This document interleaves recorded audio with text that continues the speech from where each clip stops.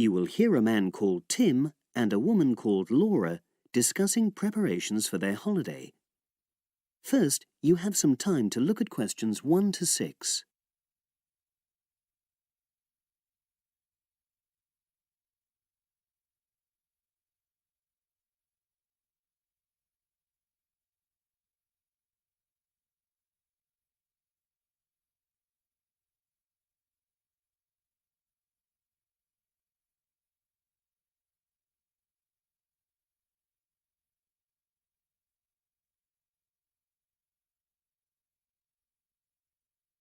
You will see that there is an example which has been done for you. On this occasion only, the conversation relating to this will be played first. Our plane tickets arrived this morning. It reminded me how much there is to do before we go. Let's write everything down, shall we, so we don't forget anything? Yes. And last time we went away, we almost forgot to collect our currency from the bank. So let's start with that. Laura says that they should collect their currency, so currency has been written in the space. Now we shall begin. You should answer the questions as you listen, because you will not hear the recording a second time. Listen carefully and answer questions 1 to 6. Our plane tickets arrived this morning. It reminded me how much there is to do before we go. Let's write everything down, shall we, so we don't forget anything? Yes. And last time we went away, we almost forgot to collect our currency from the bank. So let's start with that. Good thinking. And wasn't there an appointment you said you'd got to cancel? Yes, the hairdresser. Thanks for reminding me. Can you write that down too? The shop will be closed now, but I'll do it first thing on Monday. OK. Then starting on Tuesday, we've got to take the tablets we got from the pharmacy. We really mustn't forget to do that. We're not protected against malaria till we've been taking them for at least 7 days. No, so that's really important. And what about shopping? There's still a few things we've got to buy the next time we're in town. We need some more sunblock, don't we? We've only got that Factor 10 stuff. It won't be strong enough. I've already bought that. But what we do still need to get is sunglasses. The ones I've got aren't good enough, and I don't think yours are either. OK, I've noted that down. And I think I'm going to get another bag too, just a small one. We always seem to come back with more things than we take. Should we get an extra lock for our suitcase as well, just in case the one we've got breaks? They don't seem to last long. Yes, they are a bit flimsy. OK, right. Oh yes, and we need an adapter for our electrical things, your hairdryer and my shaver.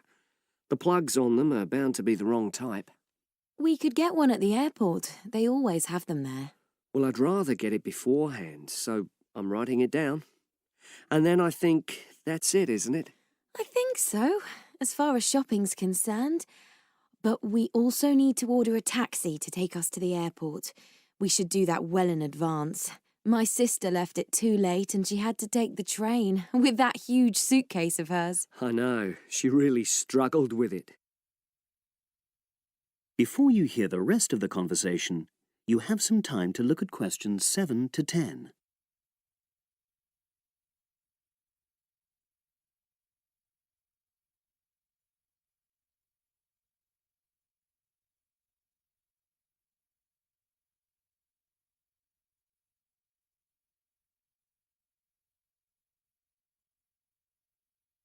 Now listen and answer questions 7 to 10.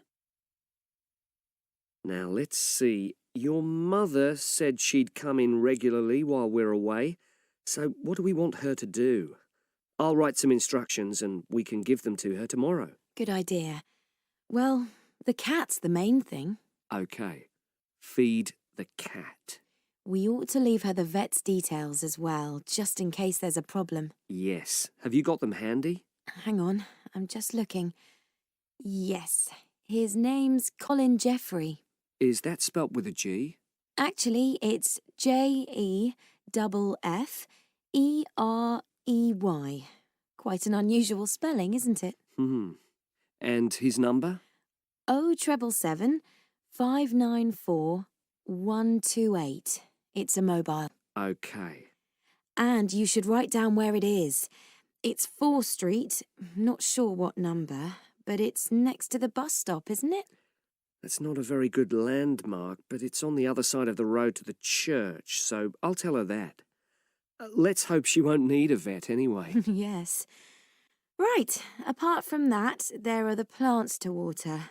Ask her to make sure they don't dry out. Oh, yes, and I've already mentioned the problem with the boiler, and your mum said she'd come round to meet the heating engineer and let him in. Yes, it's a lot for her to do, but we really need to get the problem sorted out. And the earliest date I could get an appointment was April the 30th. Isn't it the day after we go? Yes, we leave on the 29th, and she'll have to hang around till the job's finished. Oh, well, she won't mind, I'm sure. She likes helping people out. Yes, she does. OK. That's it then, I think. Unless you can think of anything else. Not at the moment. Leave the list there and I'll add to it. That is the end of section 1. You now have half a minute to check your answers.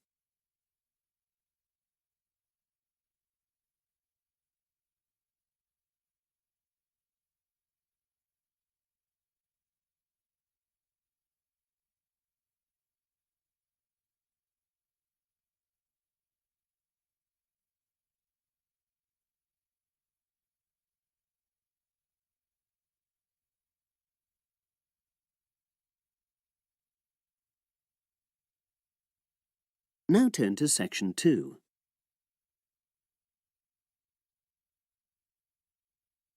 Test 4, section 2. You will hear a talk on local radio about a short film festival in the town of Adborn. Now you have some time to look at questions 11 to 16.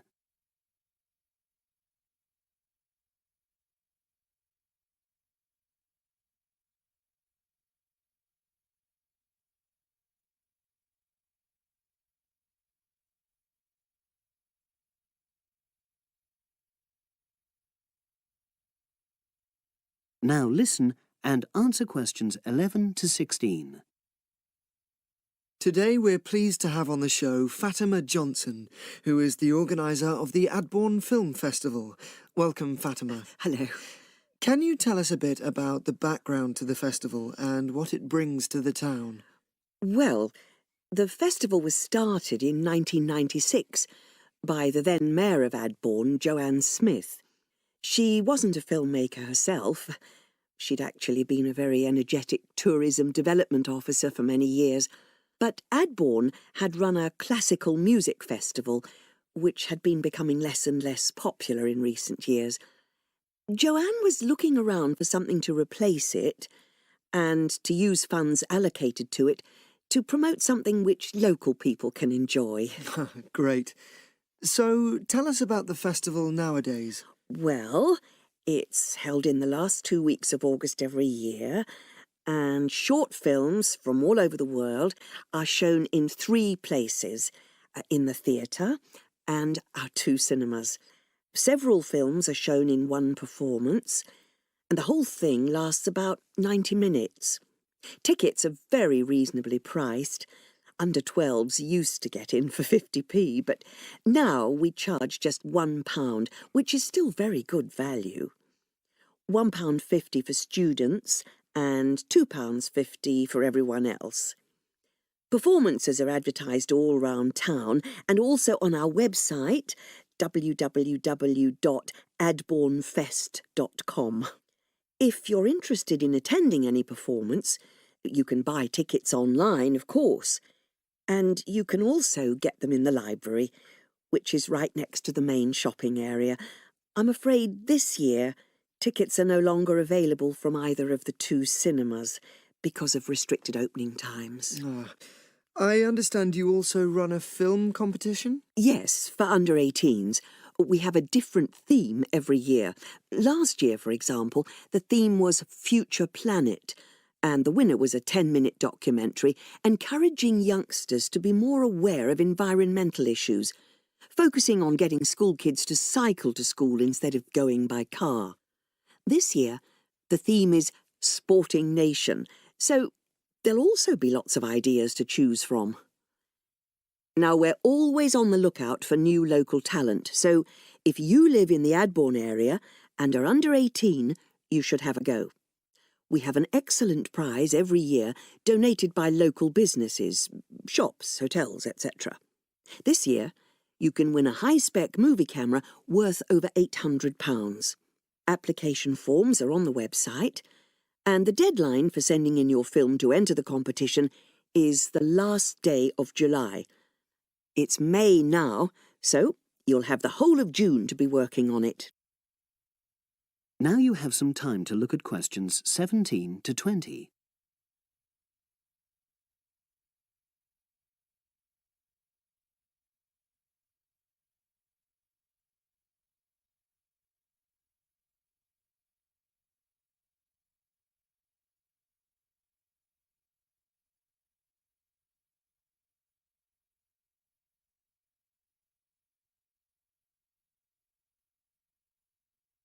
Now listen and answer questions 17 to 20.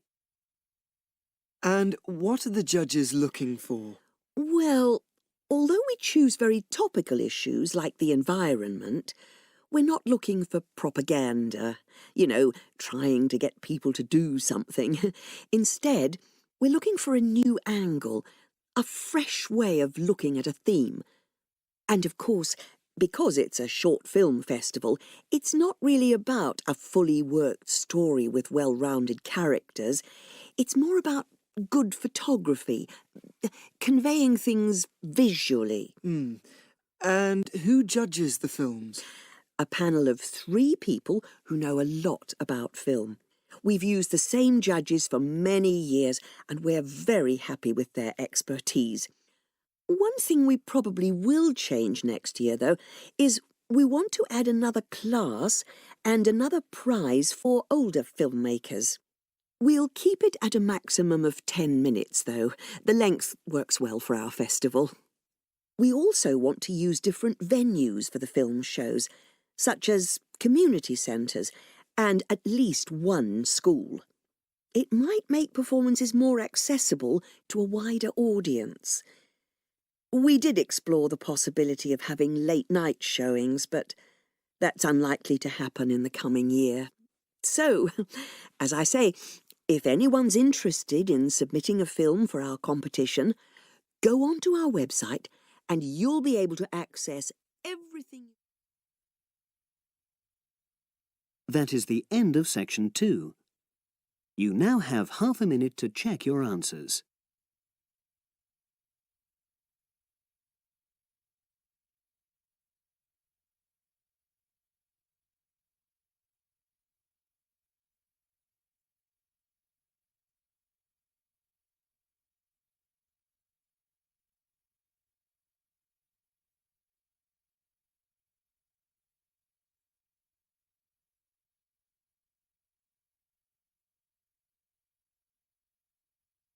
Now turn to section 3.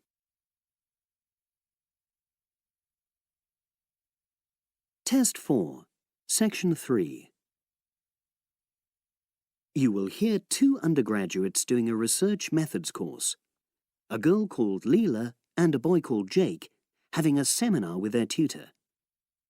Now you have some time to look at questions 21 to 24.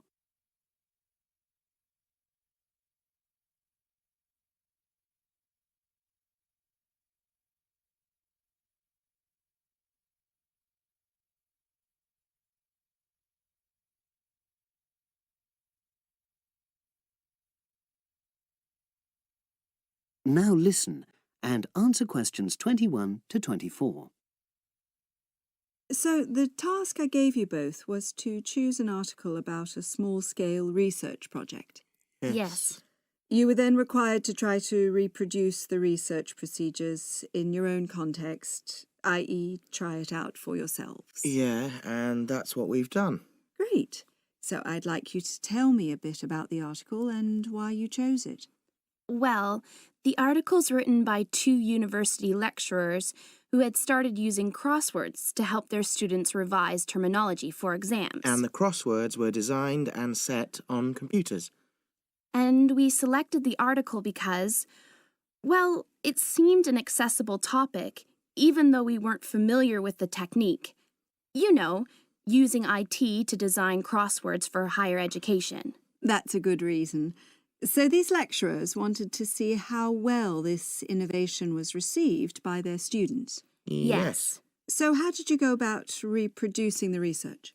Well, we drew up a list of terms from one of our own modules and designed a crossword for revising these terms. Then we asked our classmates to try out the crossword and give us feedback, their opinions on how they felt about using the technique. Was it easy to find participants? It wasn't easy at first, but then we convinced them that by taking part in the research, they were actually benefiting themselves by preparing for an exam which is coming up later this term. And it worked. Good. So how did you find out what the students thought about doing the crosswords? A questionnaire. The original article used a 2-page long questionnaire. There were lots of excellent questions on it, but the whole section on difficulties using IT is now obsolete. Old-fashioned even though it had only been written a couple of years ago. So you designed a shorter version? Yeah. Then we sent it to the 40 students by email and got 28 replies. I was taken aback by the fact that everybody we talked to thought this was a good return. I mean, the responses were well written. People had taken a lot of care, but I was really disappointed with the low numbers. Yes, an important lesson to learn for an apprentice researcher. Yeah. Now you have some time to look at questions 25 to 30.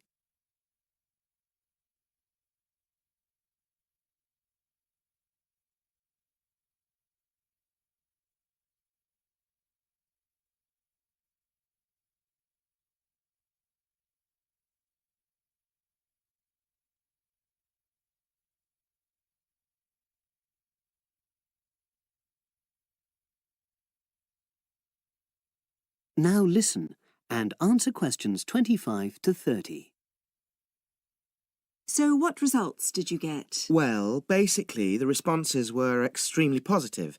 The students said that doing the crossword on a computer helped them really focus on the work in hand and not be distracted, which is something that commonly happens with other ways of doing revision. Yeah, that was really clear. But something that struck me was that having fun hardly featured in their responses, nor did anything to do with spelling of hard words, which I thought would be an obvious benefit. No? Okay. Respondents also said that doing the crossword hadn't really increased their general motivation to study, but that it had highlighted the gaps in their memory so they knew what further work was necessary. Right. So how did your findings tally with those of the original researchers? There were lots of similarities, but... There were probably two main differences. We found that more males than females liked the technique, whereas the original study found the reverse. Also, our respondents said they wouldn't mind doing a crossword as a final official exam, whereas in the original study, students said they would hate doing it even if it meant having a shorter test. But of course, both sets of respondents said they'd be interested in doing more crosswords for informal purposes, revision, and so forth. Right. So let's have a think about the whole project and what you've learned from doing it. Well, it was very time-consuming. Yeah, and I don't think we managed that aspect very well. It could have been worse. I mean, we didn't have a lot of data, so we didn't have to spend ages processing it. And of course, we'd already done a course on numerical data processing, so there wasn't much new there. Yeah, that's true. Anyway, I think we designed our questions well so that they gave us manageable data. Yeah, it really helped having the original study to guide us, as it were. And that helped us to see what a good research instrument is. What a good questionnaire should be like. Absolutely. We got a lot from that. But when we were writing up the project, I'm not sure whether we'll know how to acknowledge the work of the original study. Our referencing. No, that's something we'll both have to work on in the future. Actually, that part's been great. Finding ways to share and support another person. That's the real plus from the project, learning ways to do that. Well, it's obviously been very successful. That is the end of section 3. You now have half a minute to check your answers.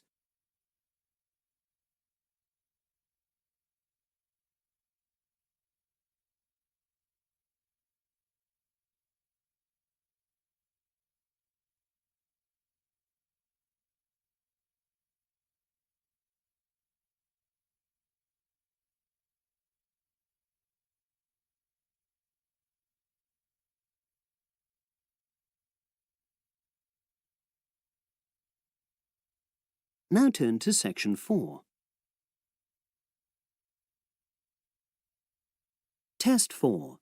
Section 4.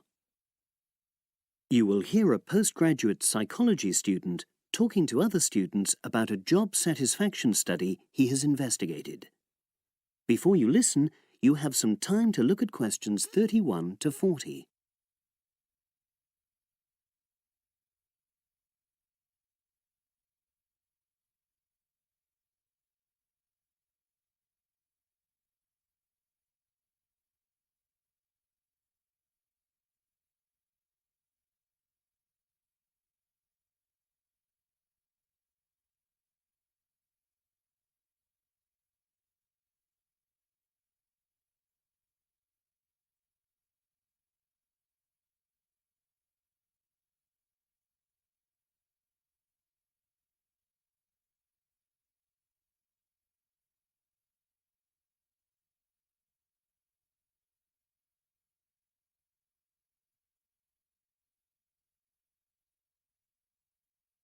Now listen and answer questions 31 to 40.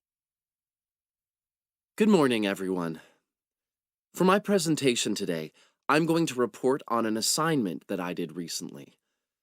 My brief was to analyze the methods used in a small study about job satisfaction, and then to make recommendations for future studies of a similar kind. The study that I looked at had investigated the relationship between differences in gender and differences in working hours and levels of job satisfaction amongst workers. For this purpose, employees at a call center had been asked to complete a questionnaire about their work. I'll summarize the findings of that study briefly now. First of all, female full-time workers reported slightly higher levels of job satisfaction than male full-time workers. Secondly, female part-time workers reported slightly higher levels of satisfaction than female full-time ones did. On the other hand, male part-time workers experienced slightly less job satisfaction than male full-time workers. But although these results seemed interesting and capable of being explained, perhaps the most important thing to mention here is that in statistical terms, they were inconclusive. Personally, I was surprised that the findings hadn't been more definite, because I would have expected to find that men and women, as well as full and part-time workers, would experience different levels of satisfaction. So I then looked more carefully at the methodology employed by the researchers to see where there may have been problems. This is what I found. First of all, the size of the sample was probably too small. The overall total of workers who took part in the survey was 223, which sounds quite a lot, but they had to be divided up into subgroups. Also, the numbers in the different subgroups were unequal. For example, there were 154 workers in the full-time group, but only 69 in the part-time group. And amongst this part-time group, only 10 were male, compared to 59 who were female. Secondly, although quite a large number of people had been asked to take part in the survey, the response was disappointingly low. A lot of them just ignored the invitation. And workers who did respond may have differed in important respects from those who didn't. Thirdly, as the questionnaires had been posted to the call center for distribution, the researchers had had very limited control over the conditions in which participants completed them. For instance, their responses to questions may have been influenced by the views of their colleagues. All these problems may have biased the results. In the last part of my assignment, I made recommendations for a similar study, attempting to remove the problems that I've just mentioned. Firstly, a much larger sample should be targeted, and care should be taken to ensure that equal numbers of both genders and both full and part-time workers are surveyed. Secondly, the researchers should ensure that they are present to administer the questionnaires to the workers themselves. And should they require the workers to complete the questionnaire under supervised conditions so that the possibility of influence from other colleagues is eliminated. Finally, as workers may be unwilling to provide details of their job satisfaction when they are on work premises, it's important that the researchers reassure them that their responses will remain confidential, and also that they have the right to withdraw from the study at any time if they want to. By taking measures like these, the reliability of the responses to the questionnaires is likely to be increased, and any comparisons that are made are likely to be more valid. So, that was a summary of my assignment. Does anyone have any questions? That is the end of section 4. You now have half a minute to check your answers.